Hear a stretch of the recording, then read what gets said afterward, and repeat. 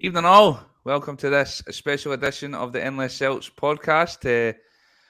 No football on at the moment. Obviously, the World Cup's on, so we thought we'd have a wee bit of fun with a few spin-offs, and we're going to do the Nopes 11. I'll get into what that is shortly. I'll run through all the usual stuff before I introduce the two usual suspects. Beer 52, you know the drill by now. Get on it. Along the ticker at the bottom, pay for the postage. Free, Stephen's on it tonight. Free box of beer and the stuff's brilliant. Really good. Aye. So get on that. Super 6, the recent, I hate going back to Super 6 because Franny is actually starting to get a few lengths ahead now as well. He's on 201 points leading. James Bowie is on 181 in second place, so there's 20 points between first and second. This is not good. It's not looking good. Kevin Hampshey's third. Jamie Latimer's fourth. Ryan Taylor's fifth. Rounding up the top 5. Right, I'm joined by Stephen, a red seat, but sit and enjoy yourself tonight. How are we, Stephen, mate? Have a good weekend. I was half decent, mate. The weekend was up and down, to be honest. Yeah, I can hear you. The weekend was up and down. To be honest. Can you hear me all right?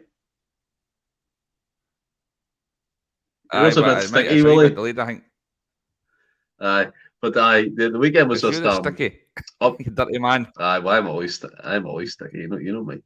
It was good. It was good. I mean, had a good show on Friday and stuff, and I'm just finishing off the beer 52 now. So it's been nice. These beers are lovely. I'm looking forward to discussing the Nopes 11. Willie, it's going to be interesting.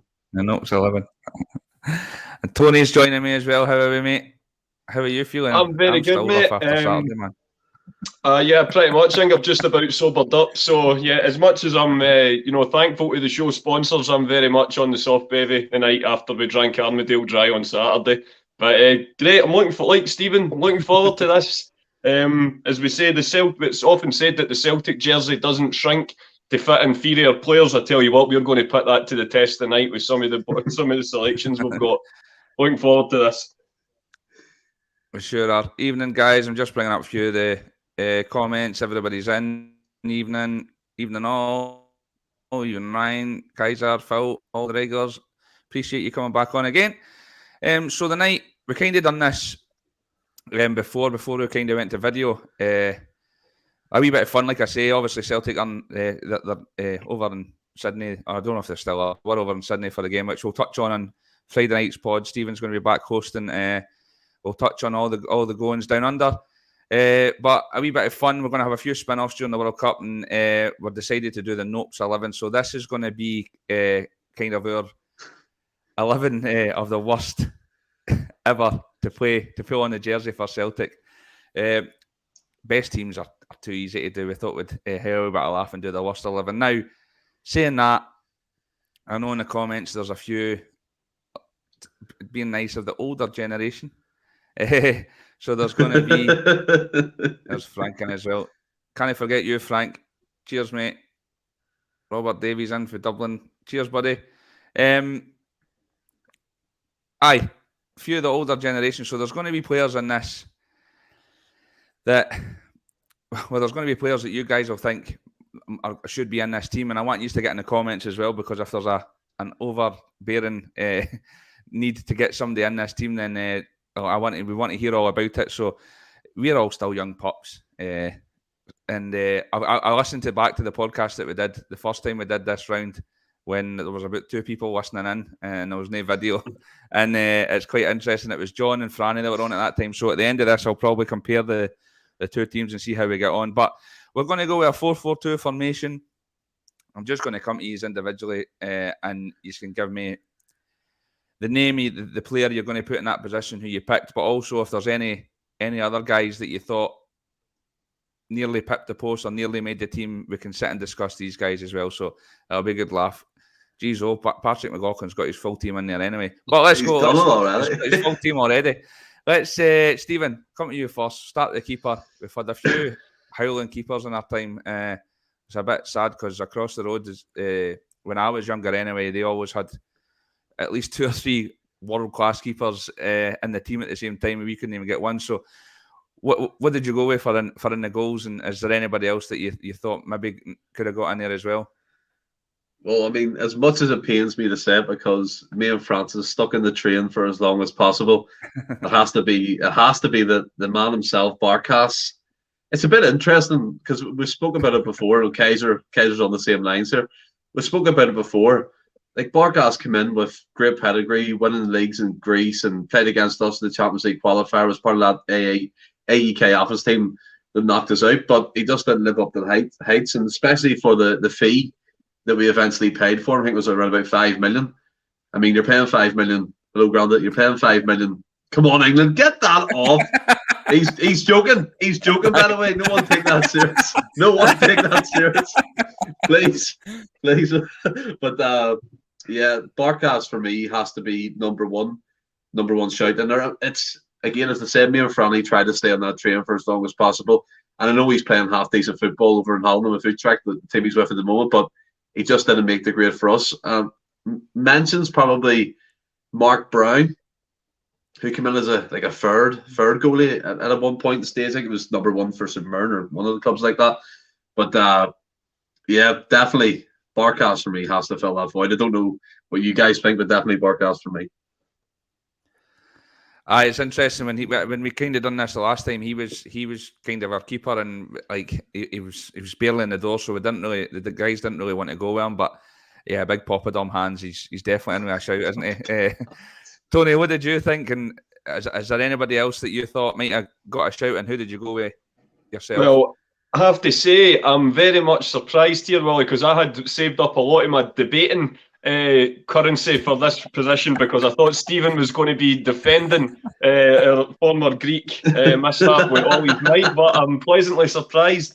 Look, listen, like you say, when I've tried to put my team together, as I say, and the sad thing is there's a lot of options in every position, but what I've kind of tried to do is maybe not necessarily, not just the fact that they've not been great at Celtic, but that how much money, like, you know, a lot of the players that I've looked at did seem to cost a fair chunk of cash as well. Mm-hmm. And, you know, as you touched on it, we've no been, but obviously your Fraser Fosters and your Joe Harps and your Arthur Boriches of this world have kind of, maybe to a lesser extent as well, Craig Gordon have kind of improved their sort of strengths in the goalkeeping department over the years. But you're bang on. Traditionally, they weren't great. I did sort of, and I kind of tried to do them from sort of when I started going to the games in the mid-90s onwards. So I was very considering putting Gordon Marshall in. And then, of course, there was our first big money international flop, which was Magnus Hedman. I also did kind of consider throwing in Zaluska in there as well. He was in goals the night we lost 4-0 at St Mirren. You've got to be a contender if that's on your jotters. But I thought I couldn't get away from Barkas at the end, you know, and you got to take in all the other factors. You know, it was the club was in the absolute doldrums at the time when he came in. Obviously, there was a pandemic. There was, you know, it couldn't have been great for him in terms of trying to integrate his selling just into the club and the city itself. But the thing is, all of those other aforementioned keepers, I still remember them having some good games. You know, we spoke about Magnus Hedman last week in the Champions League, getting keeping shut doors and helping us get a draw in the Nou Camp and things like that. Big Rab was more than prone to a few blunders, but then he had some marvellous nights as well. But I genuinely cannot remember in that entire season, well, half season when he was in between the sticks, Barkas making a save. Like I genuinely, even just a single save. Yeah, actually making a save. You could maybe even throw Scott Bain in there, because I'm sorry, Scott Bain's a million mile away from being the required standard. But he also did keep going the 3-2 game at Ibrox and the cup final when we won the treble.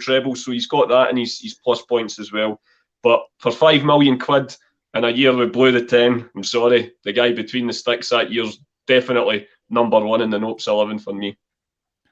Well, there's not much debate here. There's a lot, like you said, you mentioned a few of the guys when we were younger, Tony. It was like you said, like Sir Gordon Marshall and even Stuart Kerr. I remember him having a few howlers as well. But like you said, all these guys had like good games and played decent as well. Bro was a crime keeper. I thought I like Brado. Thought he was brilliant. Really did think he was a good keeper. But and I think in the original one we actually went with Marshall in the end. But I think it's clear to see, and I think in the comments as well, everybody's been saying it's got to be Barkas in there, isn't it? In the goal. And there's a few shouts for someone called Muggleton. Oh, Carl Muggleton, Aye, he was. I hear horror stories about Muggleton as well. When was he the keeper? That would have been 80s. Maybe somebody in the chat might be able to confirm that for us.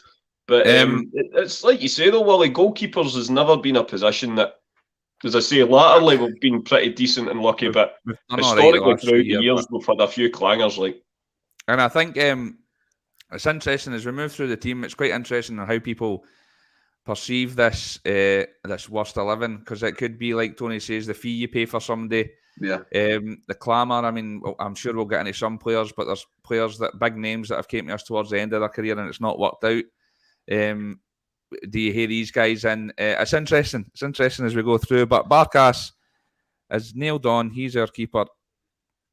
Right. Moving on to the right back. We're going to old school 4-4-2. So, Tony, anybody you want to mention, and who did you go for in the end? Well, this is the only. I mean, I've kind of done all the positions here, Wally. This is the only one where I did struggle a bit with, because unlike the goalkeeper, we've always been quite decent, certainly in our time. Having decent right backs, you think you obviously Jackie Mack, obviously latterly you got the likes of Mikael Lustig and Juranovic, striking near Andy Hinkle, who's a cracking player for Celtic as well. So I did struggle with this one, but I narrowed it down to two. The first one I went with was one of Neil Lennon's weaker signings, I felt. A great sing-song to the Pussycat Dolls, but no, I never ever wished my right back was Chaduri. Thank you very much. But, unfortunately, for quite a while he was. And I tell you, I'm bringing it right back up, and I know Stephen's going to, I think me and Stephen might find some more agreement here. And it's maybe unfair because it is a loan signing, and again, it was the COVID season where everything went wrong. But I just remember thinking, what qualities does this guy have to merit playing for one of the biggest clubs in England, and John Joe Kenny? I never got it. He brought nothing to the table for me. And purely because, again, maybe being a bit biased towards the COVID season, I went for John Joe Kenny. I'm sure he probably isn't the worst right back we've had, but I just can't. As I say, it was between two, and Chaduri had a better song, so I went with John Joe Kenny. This is funny because in the original one as well, all we talked about was Chaduri's song. Stephen, have you went any different? Is there anybody else that Tony didn't mention there that you would want to put in? I seen that Phil McGinley put in Toljan as well, and I think that came up in the first one we did as well. He was another one that came over with a bit of pedigree, and he just didn't cut it. But what did you go for? Just a quick one, Willie. Did you go for Barkas as well in the goalkeeping department? I would have. You never said your choice. Aye. No, I've not actually picked a team. Okay. I've picked two or three for each position, just to go on if you don't mention them. But he would have big Poppadom hands would have most definitely been in the team for me. Aye. But I think for right backs, I see a lot of people. Chaduri, I really like Chaduri. Probably no surprises there. I thought Chaduri was quick, and he made some defensive errors at times, scoring that OG and all. But one thing he gave you was speed, endeavour, just chasing the ball down, and kind of that work ethic that you like from them positions. So he didn't even come into my thinking for that position. Jeremy Toljan did, but then I was thinking he's a loan player. So effectively, we haven't outlaid a fee for him. We haven't really brought him in the permanent deal, and then eventually we'll cut our losses and let him go back to his parent club. Now I'm going to bring the player I went for in my head, and Anthony, you're bang on. We had like Andy Hinkle, Didier Gat, all them types of players when I was growing up, and then you go to Juranovic, Lustig, and even Mark Wilson. To a certain extent, he was quite consistent. He could even play left back as well. But I went for a £4.4 million signing that starred in the World Cup. Efrain Juarez. He came in as a right back. I thought you were centre mid. He was centre mid. I think he did play right back at times as well, but I think he played centre mid for us. But well, that's my pick. I'm going for it's Efren Mahrez because he would definitely be in my team. Spoiler alert, but it's fair enough. the reason why I picked him at right back, and I do remember he played a few games for us at right back, and I think he played in the World Cup for Mexico as well, in some occasions there. So I'm putting him there. No West Ham were interested in him. He came again with that big pedigree from the World Cup, and just absolutely flopped. And Phil McGinley there, utility man. He's going to be mine for this team. He's going to be playing right back because he's absolute shite. That's why. By the way, I remember going. I had my season book at the time, and I remember I can't remember who we played, but we played in the Champions League qualifier, and he played centre mid, and he was fucking unbelievable. I remember turning to my dad and being like, "We've got a player here," and then he scored that night as well. Aye, he did, aye. And then he was just dross. After that, he was absolute dross, man. Was another thing he went over to like on international duty, and like him and like half the team got found, but it was like all his idea. Like, let's just say the some of the extracurricular activities in the room were you know. I'm definitely not having maybe not on the right side of the law. I'm definitely not having the mind blank here. He played right back. He definitely did play I think he did. I think Phil said he was a utility man. I think you're right. But when I had the ticket, he was when he first came into the team anyway. He was definitely playing centre mid, because I can remember watching him and thinking, my God, this guy's a player in midfield, and then he was just ranked rotten. But I'm going to let the chat. So I think we've kind of come down to three, haven't we? Is it Chaduri, John Joe Kenny, and Juarez? So I'll let the boys kind of get in the chat. Say, Stephen, you make a good point that he did play right back in a couple of games, even though it maybe wasn't his default position. And it does take away the fact that, John Joe Kenny was a loan signing, like you say. So if we were to put him at right back, it potentially frees up another midfield slot, because Juarez was in my midfield. So I'm tempted to concede. You're going to compromise here, Anthony? I like that. It's my middle name. There we go. We'll go with Juarez at right back then. We'll go for it. Aye, why not?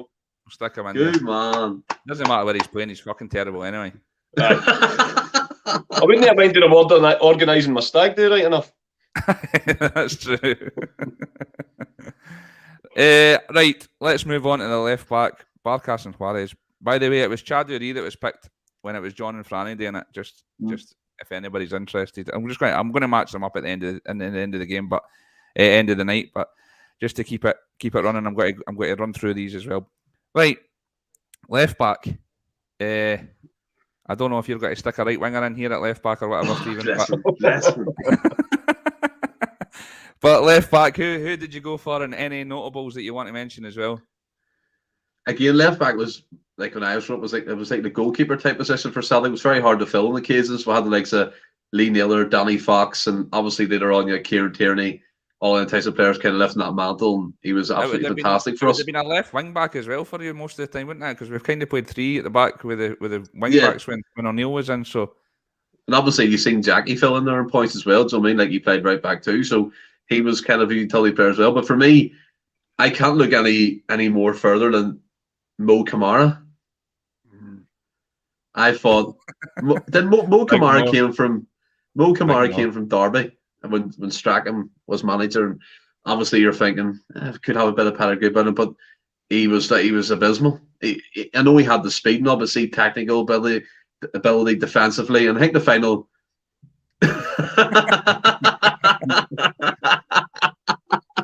I think the defensive ability in terms of what he could offer was non-existent. And what was the final nail in the coffin for me? When we were playing that European game against I think it was Armenia Bratislava, he was hooked and McGeady was put at left back, so it kind of showed the faith that Strachan had in him at that point in time. And you look further down the line, I mean, Lee Naylor was decent. I liked Lee Naylor. I thought he was very solid. I liked Danny Fox. I thought he was quite good as well, and he offered a lot of strength and crossing as well. I see someone say Laxalt. I can't put Laxalt in. He was a loan signing, and he was in a season where we're absolutely John. I'll agree with that one. We could put him in. Absolutely. If we're scrapping the loan thing, then fair enough. But no, absolutely good put him in. No, scrapping the loan thing. No, but he was. But yeah, for me. For me, Mo Kamara, and then Patrick McLaughlin and another cracking one there, Edson Bradfield, 100%. But for me, for longevity and time, he stayed at Celtic for a couple of years. It has to be Mo Kamara. Yeah, Phil, I'm on that train all day long. Phil's an agreement. Tony, what did you? Anybody that didn't mention there, and who did you go with in the end? Going down again. Obviously, Mo Kamara was meant. I thought Tyler Blackett. Great shout. Obviously, Diego Laxalt, and that where I struggled with Laxalt though, apart from not just the fact he's a loan signing, there's no doubt he had real pedigree, and he showed when his first couple of games. We thought, well, we've got a player here. I remember the away game in the Europa League against Lille. I think did he not break the record for most tackles or something like that? And you thought, this guy looks the business, and then everything after that, he could get filed under the Trades Description Act as a footballer. And that performance at Ibrox in the Scottish Cup is probably the worst, up there with the worst performance I've ever seen for a Celtic player against Rangers. So he got hooked very much a contender. As well, didn't he? You could have hooked him after 10 minutes, and I wanted to hook him. It was just awfully bad. But Edson Braithwaite, I think again because of the money, and obviously some of the other stuff they got up to, ball and goalie. I thought potentially ball and goalie, yes, yeah. But again, I felt that ball and goalie there was a player in there. I did think there was a bit. I think the fact that he came so quickly. I think he was actually the replacement for KT, and he didn't get himself off to the best of starts. He was always trying to struggle to win the support over. He had more than a few decent games at Celtic, but I think obviously just once Greg Taylor started to cement his place up, his days were numbered, and then everything he did after that didn't help matters either. But yeah, Braithwaite, yeah, how that? I think did he not make the German World Cup team? Was it Dutch? Sorry, I'm pretty sure he played in the final, and it was. You might be right. It was no long after he was fucking terrible with us, and I think it was the end of that season. Went to the World Cup, and the World Cup final was Holland, Spain, and I think he started the game. Yeah, it's incredible when you think about it. But yeah, very very poor. But yeah, like Stephen, I ended up going with Mo Kamara. Fair enough. Just horrifically bad football. I think I had more about him than Laxalt, to be fair. Laxalt had, you said that about Chad Dury, Stephen, where it was all energy and he would non-stop. But Laxalt's his defensive positioning was mental. It was like a child playing football on the playground. He just chased the ball, or a wee dog. Here, Willie, I genuinely think he'd be good in this Postecoglou team, though. I really do. Aye, yeah, you may have a point, by the way. Yeah, he could play in the middle and stuff. I could see that as an inverted wing, but I could see that, and it's not so much the defensive side he's looking at. I could definitely see that, but that season for us was fucking horrendous. Mm-hmm. So I take it that's your pick. Mo Kamara's left back. Yeah. I probably would have. Mo Kamara's in at left. By the way, the previous was Braithwaite. For Tony and John, when we did it earlier, must be a couple of years ago now that we did it. Braithwaite was in there, which is mad considering I can't believe that he played terrible with us that year and then still managed to make the World Cup final. Absolute nonsense, man. Right, let's move on to the centre halves. So I'll come to Tony first here. You can give me both of them and now we shout out to maybe one or two others if you want, and then we'll move on to Stephen and see what he's thinking as well. Yeah, again, Molly, so many options to choose from. It was like the world's worst buffet when it comes to Celtic and bad centre halves. But again, it was like who does go in? I think the first one, I think it would pretty much be 100% with everyone. The money we paid, the name himself. Yep. Just the fact, as Martin O'Neill says, I like footballers that are absolutely nothing like you, and that's Raphael Shite. Clearing the title, possibly the worst player, or certainly the biggest flop ever Celtic have ever signed. Like the COVID season 99-2000, just it was heralded as it was going to be the dream under John Barnes, Kenny Dalglish, the dream team, and similar to the 10-in-a-row season, the wheels came off very, very quickly. And I think Raphael was just he was kind of symbolic of everything that was wrong with the club at that time. So he went straight in. For me, that was the one I didn't even need to think about it. There was a few other ones I did think of, obviously, again, from the COVID season. Shane Duffy, absolutely. But again, you got to take into account it was our I did think as well, but again, he's almost fallen into cult status with just the fact that he never put. It was Marvin Comper was up there. We obviously had Douay as well. Anyone that was at the Clyde game that day will remember. That was just one of the absolutely shocking day at the office. But I went for somebody who again was a big money signing and more than featured again for the 99-2000 season. He was the original bomb scare for me. And again, words fail me on how this guy made the grade as a professional footballer. Just, as I say, an absolute bomb scare. And anyone that remembers the 4-2 game at Ibrox, when we went 2-1 up, and then this guy just decided to start thinking he was Franz Beckenbauer. It was Olivier Tebele. Oliver Terribly. Well, terribly, yes. I'm sure that one of the Only an Excuse sketches featured the wee Celtic fan. He's like listening to a game, a Rangers Celtic game at Ibrox, and it's like every 2 minutes the commentator's going, "Yep, everything's fine. It's fine. They've played it back to Tabili," and then it all goes Pete Tong, and then it ends up after the third or fourth time. He goes, "He's passed it back to Tabili," and the wee guy just faints. And pretty much what it was like anytime he touched the ball. I think he came for big money from down south as well, but yeah, absolutely horrific. Oliver Terribly. Stephen, who did you go with eventually, and is there anybody else that Tony didn't mention that you would want to throw in there? Because this was your era as well. What do you think about this? See, I get what Phil McGinley saying there, but I like Josh Thompson. I thought there was something decent about him, and obviously he left Celtic in that season and kind of didn't really take off in his career, but I blame that Mowbray. As he said there, he threw him in for that season. Didn't really grasp what it was about, but there were some fits and starts from him, which I thought was good.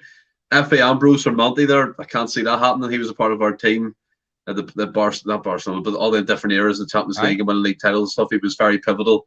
He wasn't the Barcelona team, wasn't he? He was very pivotal to them games, so you can't really throw him in there. I've went with the most obvious one again, Douay. The guy, I think Roy Keane at Clyde, got beat 2-1. That's embarrassing. He can't come back from that at all. Like, do you know what I mean?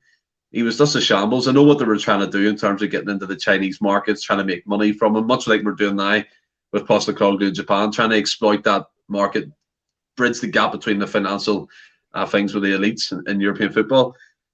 And see, to be fair, I mean, you go through a list. You look at Stefan Onshaw, he came alone in 2004. He was decent. You look at McManus, you look at Caldwell, albeit sometimes a bit comical together. They were the mainstay of Gordon Strachan's back four. You look at Baldy, you look at all them, Mialby, Falheron, like they're all giants of themselves. You said Tebele and Raphael Shiite. I don't remember them, to be honest. The Granda tells you about them all the time, so I feel a bit injustice me putting them in.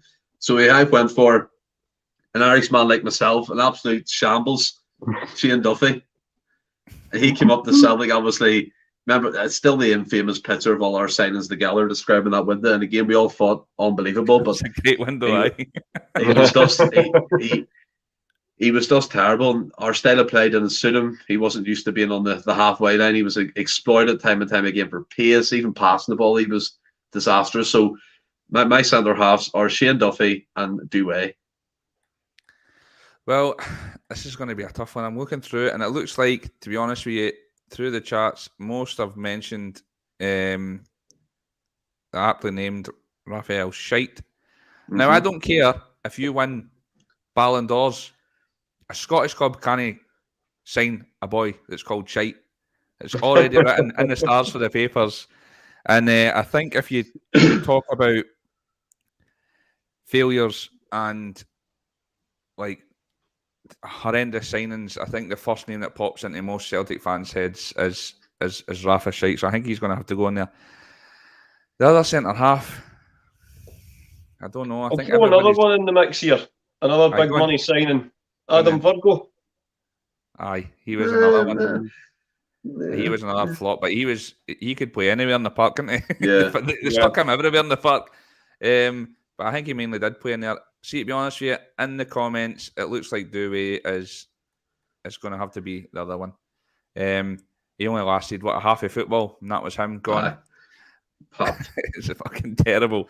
So I think the other two we're going to hate to go with for the Endless Celts. Notes 11, 2022. So these are the two that I think this exact same two that the boys said it earlier as well. Douay and that last, when we kind of went through this, I think Chad Dury and Douay, and we were talking about these Asian players, and I said, we've not had much luck in the Asian market, have we? You did. Look at us now. Look at us now. I thought that was Jimmy Carr. I'm going to... Who was that laughing? Like, is that Tony? It was Anthony. Right, I don't know if this got a bit more difficult for you guys, because it was for me once we start moving on to the wingers. No, not so much the centre mid, I don't think, but the wingers. So we'll start on the right wing. Stephen, I'll come to you first. Did you find this difficult? I think the boys found it difficult last time. I found it quite difficult as well. But who did you go for and any other notables? I mean, right wing's going to be hard all the time because most of them players are luxury players. You take players on pace and all that type of stuff. I mean, look at Thompson from the left, Maloney, McGeady, all the way up. Like Nakamura as well could play on the left and right. So for me, the right midfielder has to be none other than a superstar from Sweden, Freddie Lundberg. An absolute one of them signings that shines in the lights. That 34 years old, past his best, much like Armoy is at the minute. He comes in, tries to grab it, but he was woeful from the get-go. And I know his career was on the downward spiral. This is why I detest signing players who are towards the end of their careers from England, because they come up for a final payday. They come up to get their name in the back of the shirt to be associated with our football club. It wasn't difficult in that sense. I mean, Lundberg for me has to be the standout. And I know before people get picky, he can play right and left. But for me, it has to be Freddie Lundberg on the right, Willie. And another mention maybe it could be Willow Flood, but I know he converted more to a centre midfielder. You can maybe look at the likes of Niall McGinn, who was a pacey winger direct, and he had some good games for Celtic, so that's probably why he didn't make it for me. But yeah, Freddie Lundberg has to be it for me. Fair point, mate. Fair point. He was in my list as well. Like I said, it wasn't as easy, this one. I don't think that we've had. I think we've maybe been quite fortunate with our wingers and the way how we play the Celtic way. There's not so many that's been in there. But Tony, what did you hate? Freddie yourself, and who else did you have, and who did you go for? Freddie was obviously on the list. I think not that I'm going not in any way try to stick up for him, but I think when he first signed, we were obviously still a bit excited because there's no denying how good a player he was. I think what also happened as well, though, is Chris Commons was signed in the same window and ended up producing the goods that, in theory, I think that's what Lennon wanted Lundberg for. And that sort of thing can't be helped. If another player comes in and just grabs his chance, he's got to be in the team. So, yeah, and I think, obviously, come the end of the season, it was just a case that he wasn't going to be getting kept on. So it was between him that Freddie was on the list. In terms of the right-hand side, I also thought, and again, this is where I wondered, because is it fair because he was signed as a young player? A lot was said about his attitude, but there was no denying that he's a talent, as we're starting to see just now at Shakhtar. But I did think Marian Shved, in terms of his time at Celtic, could qualify because he'd done very little of note. And the other one, Football Manager signing for myself many's a time back in the day, but needless to say, didn't bring his form for the computer screen onto the big screen. That was Olivier Capo. Yes, that was my other right winger. I felt there's only one standout for me for left wing, but in terms of the right, Gary, we've always been kind of blessed with decent players, but they were the three that made it. I went with Capo just on the fact that he literally done nothing at Celtic. At least kind of Freddie got us through a Scottish Cup tie, and Shved I think is going to become a really good player. So I went with Olivier Capo. Do you remember the hype around Capo, Anthony? Yeah, I was buzzing. Celtic had finally signed the guy I'd been signing for years on Football Manager. Yeah. like he was another youth international for France, and he was coming through the ranks, and we poached him, and he was just like a poached egg for us. That's shambles. But I do get what you're saying. But the reason why I went with Lundberg, you mentioned it at the start, and here Stubbsy Horse, by the way, Dirk Borek, another great shout. But the reason why I went for the reason why I went for Lundberg, and I know we're trying to compromise here, people in the comments get involved to see what you want too. Another great shout, Koki Mizuno. It's because of the high-profile nature of Lundberg coming into our club. And you're thinking about the outside perspective. There's loads of eyes on that. The media's eyes are on that. The Swedish press, the English press, Scottish press, because of where he's came from. So that for me is why my argument is based with Lundberg. Well, that's the thing. Celtic very, very rarely do well out of these bling signings, as we kind of call them these days. You think of Lundberg, I'm sure there's going to be one or two others that will come up as we move further up the pitch. But yeah, I think that's fair. One for the older guy. All of my older friends always talk about Stuart Slater. Fortunately, I'm too young, so if there was a bit more clamour for him in the chat, then I would maybe stick him in. But unfortunately, he's not being mentioned by the boys because we're all young pups, like I said. I always remember watching online. It was, you know, remember when Online Excuse used to do the live shows at the Pavilion every Christmas, and it was Tony Roper and Johnny Watson, and it was when Johnny Watson was dressed up. He had the cardigan on, very similar to Hot Walter Smith, God rest him, used to say, and it was.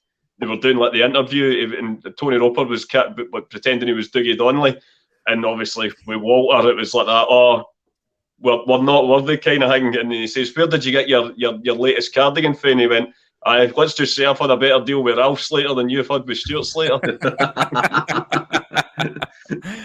Brilliant. So we went with Freddie and Capo. Are any going to shift on your? He's want to come to an agreement, or am I going to have to go into the chat? I can't stick. I can't move from Freddie. Like, I just think because of the profile of the sign. And Capo came in as a young prospect. And I mean, he came in as one he was meant to hit it on fire and kind of a couple of years down the line. But Freddie Lundberg was an impact sign and had to make an impact, and he just did it for me.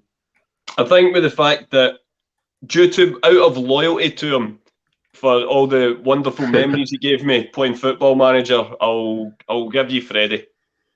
Really? Okay, that's what we're going to go into. There wasn't much in the chat for either, by the way, for either of the two. Any other mentions in your wee sheet there, Willie? Well, the guys last year went with Tony F, but I argued with him because I thought he was a left winger. Yeah, I thought I thought he played in the left. And he's came in. Remember his first game? He got done with the old racism, and it was a 7-game ban and all the rest of it. That's where they went to. But for me, he was a left winger. So no, Lundberg was top of that list. Mo Salah is a legend. I like Mo Salah. Although he scored an absolute peach against Basel, and then he flung the assist. It was he gets the assist for Henrik's goal. The volley, the half volley, with his back to goal in the 3-3 game at Celtic Park against Rangers. So. Suppose that counts in his favour. Definitely. So, moving on to the left. Somebody's mentioned that the left, the big left winger that I was thinking of anyway, saying he was on the right, but he was another one that was left for me. Tony, I'll come to you first. Left wing. Yeah, absolutely. Nailed on 100%. There is no debate to be had about this. Sick note himself. 3 million quid down the drain. Lasted 10 minutes against Ross County. Then we never seen him for about 4 or 5 months. Came on. Actually, to be fair, scored it was either the goal that made it 2-1 or 3-1 against Aberdeen. I think one point kind of around the November point, but that was literally all he did. And then stole a wage for a good couple of years and openly admitted it to the press. Just one of the worst transfer deals in their history. Sick note, Derek Borigter has to be on there. Yeah. No debate in there. Stephen, what are you thinking? Anybody else that you thought, or was it just nailed on? You can't really debate that. The guy came in, obviously, I think he was off the back of being Ajax's top goal scorer the season before. I think he got like 15 or 16 goals in the Eredivisie, and £3 million, you're thinking, poof, that's a statement signing. But as Anthony said, he came in, he had legs made of chocolate, got smashed up by Ross County, we didn't see him. And he, as someone said there, his position was on the treatment table for whatever amount of years he was with us, getting apparently 30,000 a week. And well, that's the thing as well. Absolutely shambolic that's what thing. Sticks in the throat as well, because he kind of stayed on for a long time, and I think there's a quote that he said, I wasn't going elsewhere because I had such a good deal. I was quite happy just to fucking sit and rinse the club. So at least he managed the camera. I think at least he had the good decency to piss off after 6 months. Do you know what I mean? So only he had done the same. Well, that was pretty much the easiest one on the team sheet. It seems like the whole everybody in the chat as well is giving it Big Barrictors that he could quite easily be your worst signing of all time. Right, let's move into the centre mids. Stephen, I thought this was I struggled a bit with this one as well, but and the guys from last time, by the way, the guys went with Barrictor on the left as well. I think that was nailed on before. Centre mids, what are you going for?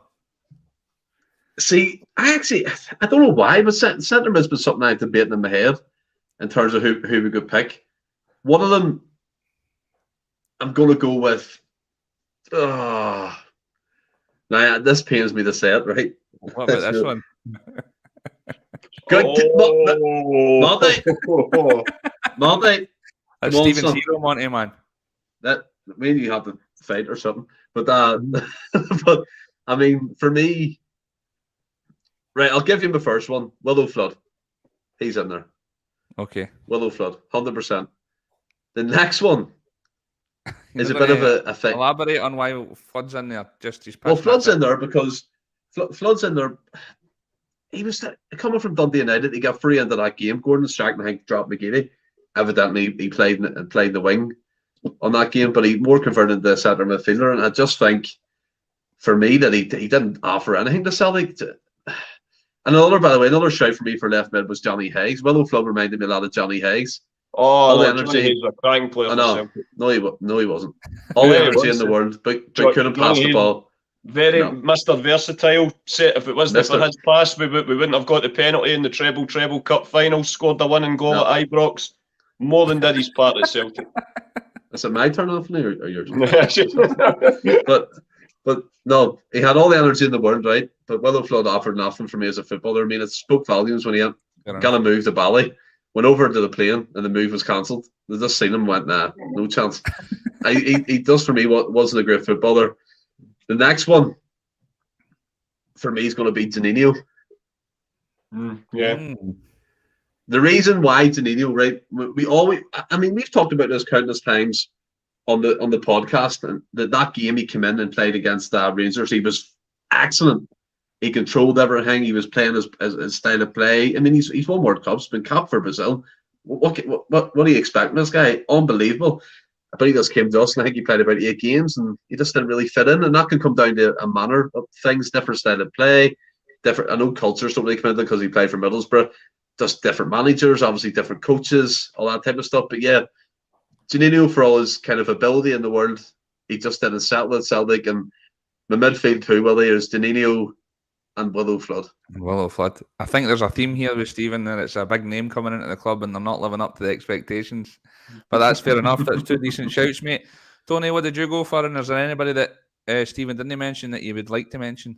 Yeah, Flood was definitely in there. What I tried to do is, because we were doing 4-4-2, I tried to make it fair and do one kind of more defensively and another like a kind of number 10 sort of player. So I picked Janino as well. Just again, big money flop, or certainly in wages anyway. You know, no denying he was a great player, especially you think of all the tricks and skills he used to do for Middlesbrough, but it just didn't work out for him at Celtic.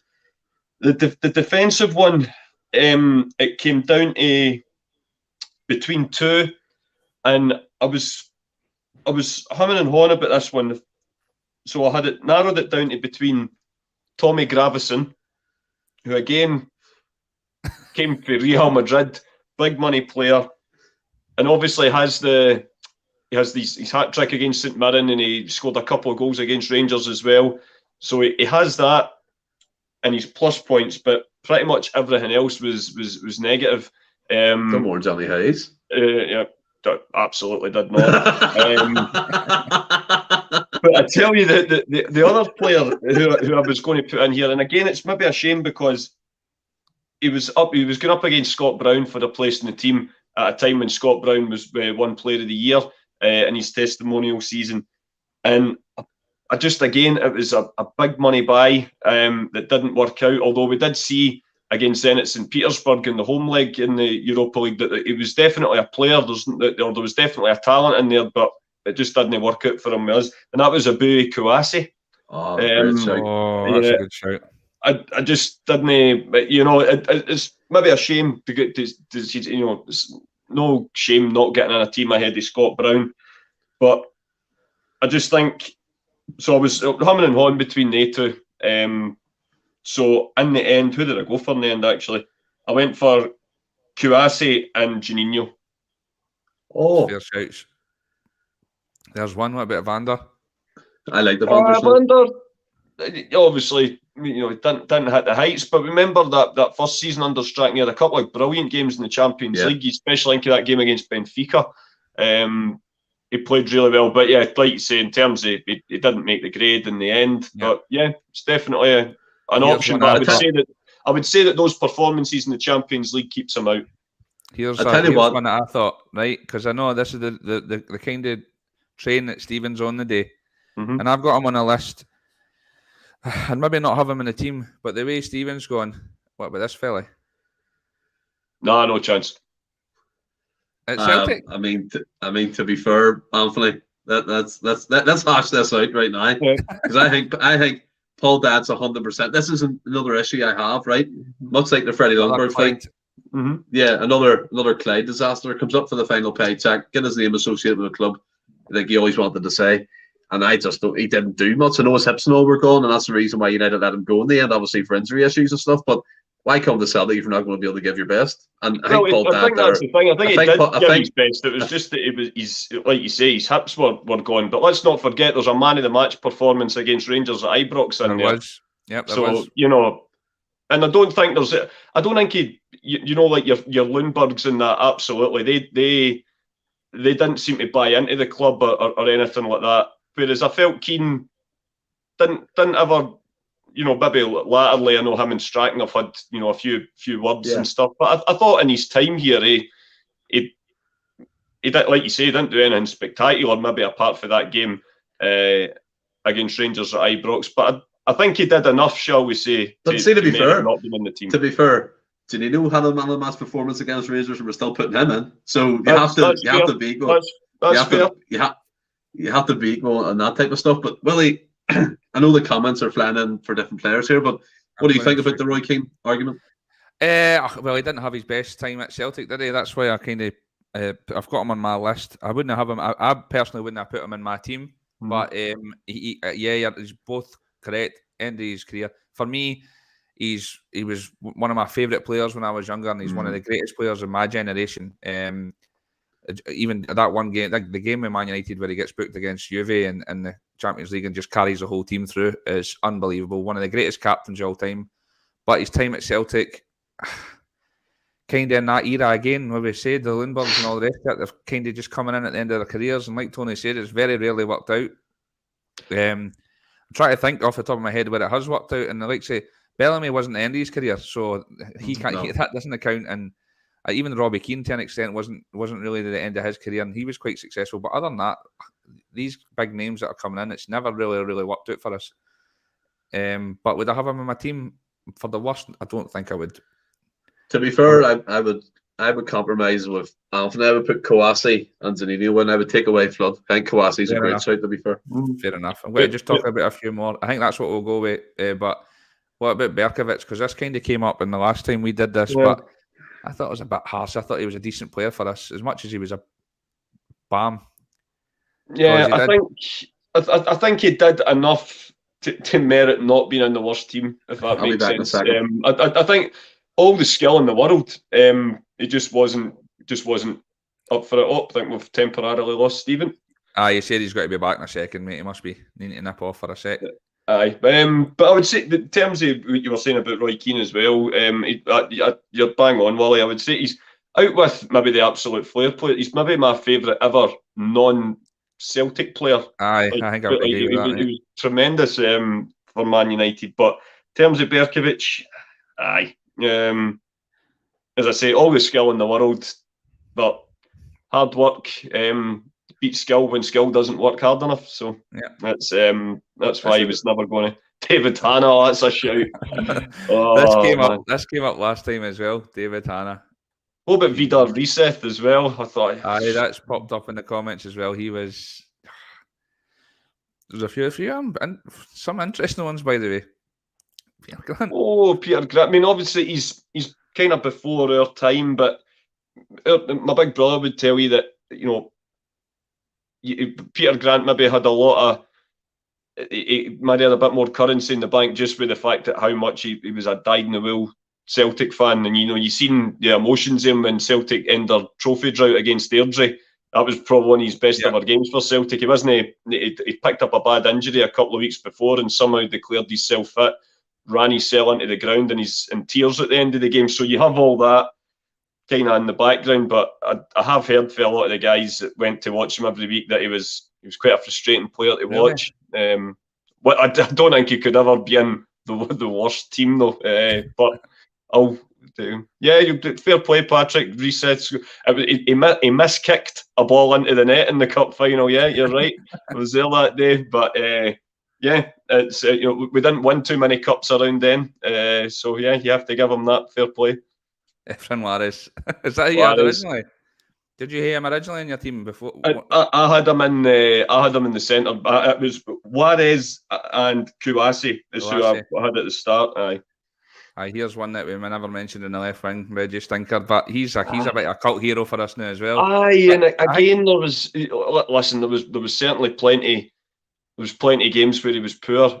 One of the things that I think sticks in a lot of fans' throat is because he was used in a deal for Sheffield Wednesday to get the Canio.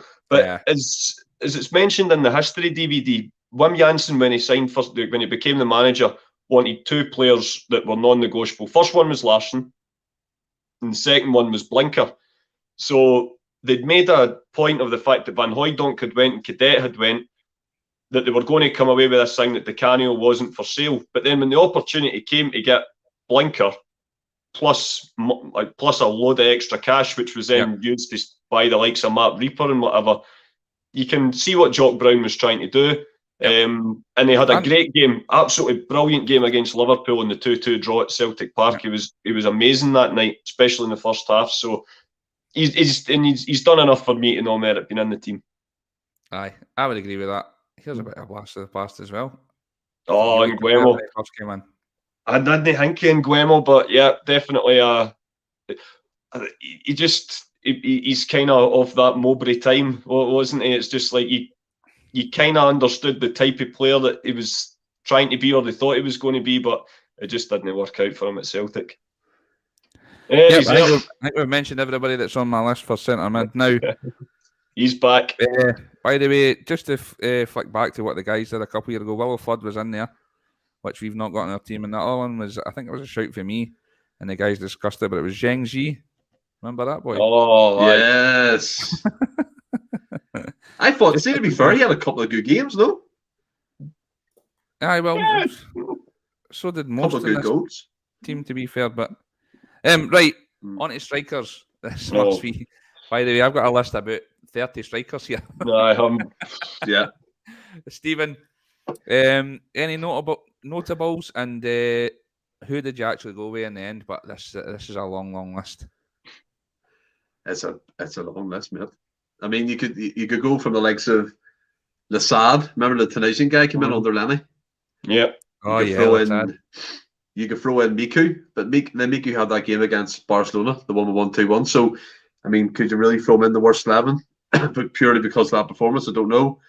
I mean, the list literally is endless. Like, and you go to Paweł Broziak, the Polish guy. You go to Killian Sheridan. I mean, it's absolutely insane. Fortuny for me, I liked Fortuny. The reason being, he actually started and he scored some goals. It wasn't if he was coming on, he was woeful. He played some cracking games, and I thought he was a good player, and he won't be anywhere near my 11. Curtin Cole, oh my God. Do you know what I mean? Skapovic, all these types of players. And Rasmussen, I like Rasmussen. There was definitely a goal scorer in there. Chris Killen, the New Zealand guy. So true, Phil, eh? You could even throw in Derek Riordan, to be fair, because he didn't get his chance, and even though Gordon Strachan said he was the best finisher at the club, the people I went for me, Willie, I'll go start with the other one. First one, Henri Camara, the guy that we signed more or less on loan, first of all, to be the replacement for the King of Kings, came in from Wigan with his gold boots. I always remember them gold boots he used to wear. And he was just absolutely just abysmal. There was no other words to describe him as a footballer. I thought the hype around him, obviously, but just lost. The likes of Larson and people like that were trying to scrape around and replace him, and probably still to this day, we haven't found the perfect striker yet to replace him. That he just came in, big wages again that we're covering. He didn't have any good games, in my opinion. You kind of fast forward that to Craig Bellamy, who came in on loan. Look at the impact he made. He was nowhere near that level. I think it was a rush signing, a signing that we shouldn't have made. We should have waited out and got someone better in terms of that. Beside him, I mean, to be fair, as I said, the Lister, the Lassad. You actually changed your mind every 2 hours, eh? I was going to change my mind there now, Willie. I was going to change my mind, literally on the button there, but the one person to go with is Amido Balde. Going to pair him up top with Henri Camara. Amido Balde, to me, could have been a player. Now, that sounds strange, but he could have been a player. He had all the physical attributes. He was quick, he was strong, he was tall. I remember that goal he scored at Rugby Park and did the whole Mario Balotelli celebration, as him like putting his hands out and going to the fans. This should be me starting every week, but he was one of them players that no way every player you could find on YouTube a good clip. You couldn't find one of him. You couldn't find one of him, Amido Balde. I can make a contemplation of me on YouTube and I'll look good at football. But Amido Balde, for me, hands down with Henri Camara. It has to be. And I know as you said, there's Lister. I see our lucky 15 saying Pookie. Nah. Pookie for me went on to prove he's a good goal scorer. We just didn't get the best out of him under that time. We were playing him out the left and stuff, so he never really got the chance. Kazim Richards, again, strange one, cult figure for me. I kind of like him. Do you know what I mean? But that's just me. I have strange taste, as you all know. But yeah, I'll go for Camara, and who's the other one? Amido Balde. That's a strike force to strike fear into any defence, isn't it? It is, isn't it? Mental, man. Mental. Tony, let's hear for you. What were you thinking? Yeah, I mean, there's, like you guys got a long list here that you got the likes of Ian Wright, Patrick Kamala, Brozek, Miku, Lassad, Bayo, Shifty, Balde, Killen, Pookie, Kamara, Cole, Brozek, Kazim Richards, all their own video nasties. But the one that I would say was non-negotiable for me would be the man who disgraced the Kings recommendation, Mo Bangura. Big money signing again under Lennon, but then committed the crime of actually playing against us in a qualifier whilst he was still on loan. I can't remember the name of the team. I think was it maybe names fell out my head now. Stockholm. But he insisted that he decided to play the match against his parent club. So that in itself's pretty unforgivable. So I went Mo Bangura. As I say, you could kind of pick any of the rest of them, and they would be a more than worthy strike partner. I was very, very close for picking Kazim Richards because I thought he was, just absolutely abysmal. But again, I know it's maybe something that's come into play a few times tonight. It's the big money bling signing, signed for no more than a payday, and obviously a lot of the kind of off the field stuff that's kind of been released since then about his time at Celtic. It shows you he was pretty much an embarrassment up here, and that was Ian Wright. And it didn't even feel right at the time. We would have been a lot younger then, and you think at the time the all-time goal scorer at Arsenal signing for Celtic, in theory, should be a great thing, but it didn't even feel right back then. You just knew that something was off, and the fact again he was signed as some sort of replacement whilst Henrik recovered for a broken leg, and I think would have been as well playing Henrik with one leg, and he would have contributed more than Ian Wright did time at Celtic. So they were the two I went for. I know there's guys a couple of years, a few more years than us, that would probably have said Tony Cascarino as well. I mean, a match made in heaven. You couldn't wish to have the Republic of Ireland number 9 signing for Celtic. I mean, it's a match made in heaven, but it quickly went wrong. But so yeah, they were the two I went for. I went for Bangura and Ian Wright. See, to be fair as well, you could sit for about an hour just discussing how bad some of our strikers were. Good. I know. Here's another one, by the way. I know we've mentioned Carlton Cole, but Carlton Cole, Shifty. Nadir Shifty. Oh my God. We give him the number 7 top as well. And I think the thing is as well, and to be fair, and I think obviously Pookie absolutely outplays him in this but what I'm saying is Shifty was a good player at Dundee United, and you remember that semi-final where he absolutely ragdolled Rangers, and at the time the thinking was he would be a good kind of almost that kind of big physical presence for the likes of Pookie to do his stuff at Celtic. So I kind of felt that when he was signed, I was like, that's a decent bit of business. I think we paid £1 million for him. But the minute they gave him the number 7, you thought, oh, that's sketchy. That could go wrong very quickly, and it duly did. See, to be fair as well, see even the likes of Lassad. I think he scored a couple of goals at Tynecastle for Celtic, and he had a bit of form at some point in his career. Miku, as I said, played in that game against Barcelona. Remember that team, by the way? Scott Brownell wasn't even in it. It was just decrepit, and it was still managed to get that 2-1 victory. You look at, I mean, you could probably Fortuna, as I said, no, I don't believe he should be in it. Amino Balde, as I said, one of my picks. And I'm trying to think, see back in O'Neill's team, see, he had Larson, Hartson, and Sutton. Was there any other strikers that we because I can't remember. Maloney kind of came through at that time, didn't he? Yeah, Maloney. No, but I mean more like someone we could put in this list, because I was trying to think, did we have a backup striker that came in at point? You could argue to a point, but he was more a number 10. You could maybe argue David Fernandez. Fernandez, yeah. But yeah, to be fair, Larson, Sutton, Hartson, that was the mainstay. They were the. Oh, of course. What I was trying to think. And Bellamy, once Henrik left as well, but obviously Bellamy did a decent job at Celtic. We should have signed Bellamy. It's one of the biggest things that we should have done. We should have got him tied down. Oh, he wouldn't have stayed. He went on to I think have done better things. He was at Liverpool and Man City and all that after us, wasn't he? He was. I always felt though. I mean, don't get me wrong, it was great when he scored the goals at Ibrox and that hat trick at Tannadice as well. But I think one of the first things Strachan did was, because I think it was going to cost about 6-7 million to sign him, which back then would have been pretty much our entire transfer budget. And when you think of the rebuild that Strachan had on his hands, he spent. You can't argue with what Gordon did at Celtic, so I dare say it kind of worked out for both parties. And I don't know, just some of the things you read about his carry on behind the scenes around the time. I think it was when Jackie McNamara's testimonial.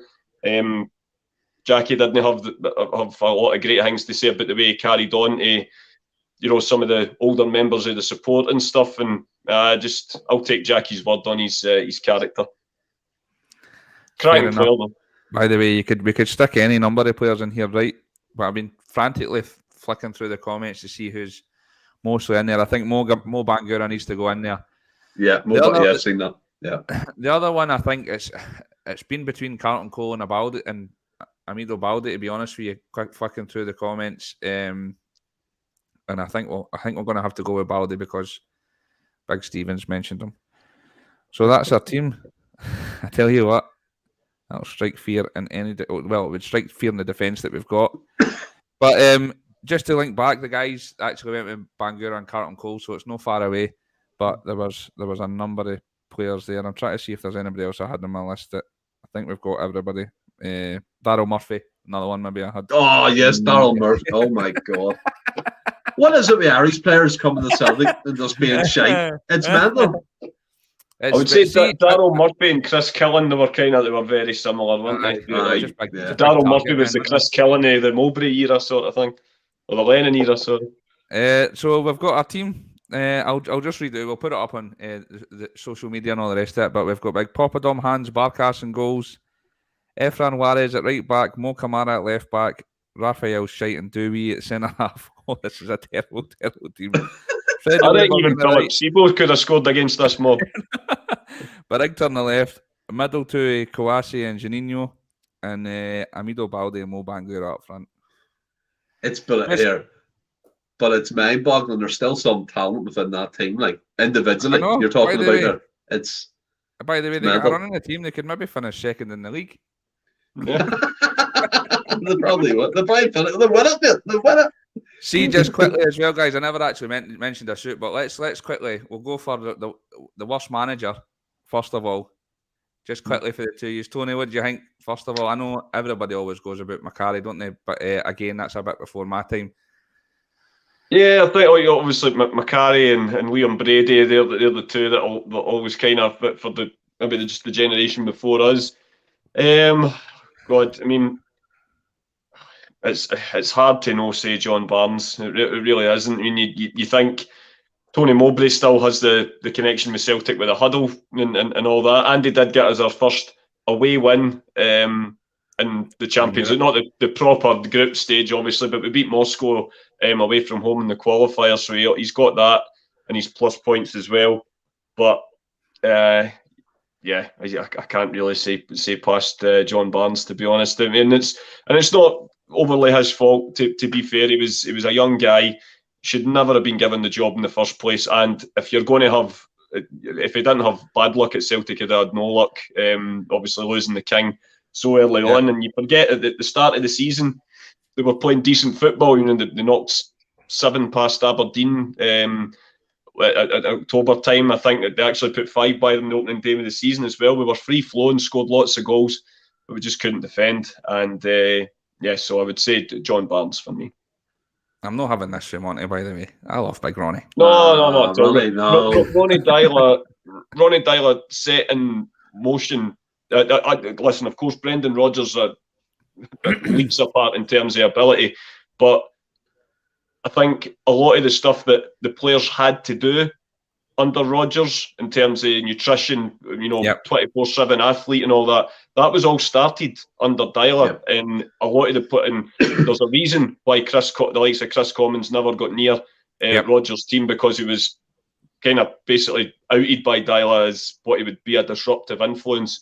Dyler started that whole kind of constant nutrition, athlete first kind of thing. The problem was, maybe similar to Barnes, he just didn't have that authority. But it didn't have that instant command and respect that Rodgers did. But I think without Ronnie Dyler, I don't think you have an invincible season under Rodgers. I think with Ronnie as well, and I think this was one of the big reasons we brought him in, was because of what he's done with the youth at the team he was at before, and he was the one that brought through the likes of KT and our current captain, Kalmack. So I think we've got a lot to thank him for. But Tom Rogic as well, flowered under blossomed under Ronnie as well. What are you thinking, Stephen, mate? You the same thought, or? Anthony can't see past John Barnes. I can't see past Tony Mowbray's chin. So it has to be for me, Tony Mowbray. I think that's the most obviously contrasting to have the John Barnes. I can't, as I said, I was only 4 when he was manager. So for me to even pretend that I know what happened back then would just land. So it'd have to be for me. It would be Tony Mowbray. I thought his whole reign, and very similarly to John Barnes, Anthony and William, we started well. We were beating teams quite comfortably, and it just fell apart. Everything just went, and every defeat or draw was take it on the chin, we'll move on. And it has to be Tony Mowbray. And what you said about what Monty said there, well, I totally agree with you. That Ronnie Dyler he's one of these coaches that I think 9 times out of 10 sadly don't hire. Do you know what I mean? He's a young European coach, up and coming from Norway, and 100% like what we thought about Postecoglou is probably similar kind of thoughts to what we thought about Ronnie Delia back then.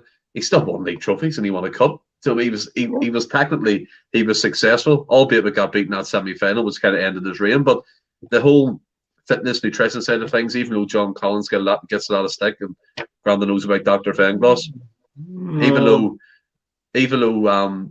John Collins gets a lot of stick, but the fitness came about from them guys, the fitness coaches that were around about that time, and then Rodgers took it to a different level. So I agree with what you guys are saying. But overall manager for my team, Brian Kelly, 100%. Mowbray. Yep. There's lots of clamour for Lou Macari, which I said before, he was a wee bit before our time, but we all know in here that he was by far and away the worst, so he would probably be in there. And last but not least, let's just quickly go worst kit. I know Tony would love to talk about this. What's the worst kit, Tony? Oh, right. That's a good one. The obvious one that a lot of people would go for would be the 94-95. Well, it was affectionately called the hoop at one point because it was so thick and it had the Umbro kind of rhombus like kind of logo through the green. But I don't know what it is. Maybe it was like you say, it was just such an era where we were really, really poor. I think it's almost kind of got a kind of cult status of its own. So I wouldn't pick that one. Oh, it's hard to say. I mean, you think maybe the first time they broke the hoops in 2001, but then again, that was the kit we wore all the way to Seville before we wore the next season's kit for the final. So that's pretty iconic as well. The worst Celtic kit. What about the pink one we had? Well, if we're going away kit, then that would definitely be up there. And in terms of hoops, I tell you one that I really didn't like, and it was quite a recent one actually. It was the one that we wore in the COVID season. I don't know if you remember that there was no green at the top here. It was just a big white banner, and then but we had like a really badly designed green collar as well. I didn't like that kit at all. I'm just kind of thinking off the top of my head. If I'd had maybe think more about it, but I'll go for that one. I think the more recent times as well, away tops as well. That silver one with the pink in it as well was absolutely howling. I know there was a bit. It was charity work behind that and all the rest of it as well. But Jesus, Stephen, anything off the top of your head that's howling? So Anthony's picked the home one. I'll go for the one that was probably most recent, and that was the grey number against St Mirren when we got pumped 2-0 again. That kid, it was. Any dads were basically, you have to wear this one time a season. They picked that day and we got beat up by St Mirren. So I'll go for that. And see, to be fair, I like the outside of the box thinking about these kits. I don't mind different designs or techniques, but I've seen a lot of people give that kit stick, and I'll go with that one. The one probably, I don't know, probably the pink one. But again, I like the pink one. so I don't want to put the pink one in there. I'll tell you what, see if we get if we get it and we can share the screen and all that. We'll hate today a kits episode and go through all the kits. That would be a cracker. That would be very good. But I really enjoyed that, boys. Thanks very much for joining in. Did you enjoy that yourselves? Oh, it was brilliant. And by the way, I apologize for having to ditch her for a second, but I needed to attend to some important business. That's all right. Don't be stressing. We were just sitting talking nonsense when you were away anyway. So, the nonsense continued in your absence, my friend. But I really appreciate everybody in the comments. Good laugh, lots of debate, lots of agreement as well. Recap it one more time, the lineup. The lineup, well, I'll get you. You can put it on social media anyway. But we've got Barkas in goal, Juarez at right back, Mo Kamara at left back, Raphael Shaitan Dewey at centre half, Lundberg on the right, Barigter on the left, Janino and Kawase in the midfield, and Amido Balde and Mo Bangura up front. Wow. What a team. Wow. I took glad you see you giving up your season ticket straight away. Lots more coming up, folks. I know the World Cup's on and we've not got much to talk about as in the way of Celtic, but we've got on Friday, I believe, me and Stephen are going to have a wee recap of the boys down under and kind of talk about the two games over there and what we got out of that. More wee spin-offs like this coming up. I know, well, I'm going to do like a sort of Angie's team versus Rodgers' team and kind of debate who's a better side and try and maybe pick an 11 out of that. That'll be a bit of fun as well. Lots more of that coming over the next few weeks when the World Cup's on. So appreciate it. Keep tuning in, keep subscribing. Get on Beer 52, get on Super 6. And I'm going to leave the captain to give us our farewell as usual. And as you said there, we'll see you on Friday as me and Willie recap the Sydney Cup experience down under. But until then, stay well and keep safe. Hail, hail.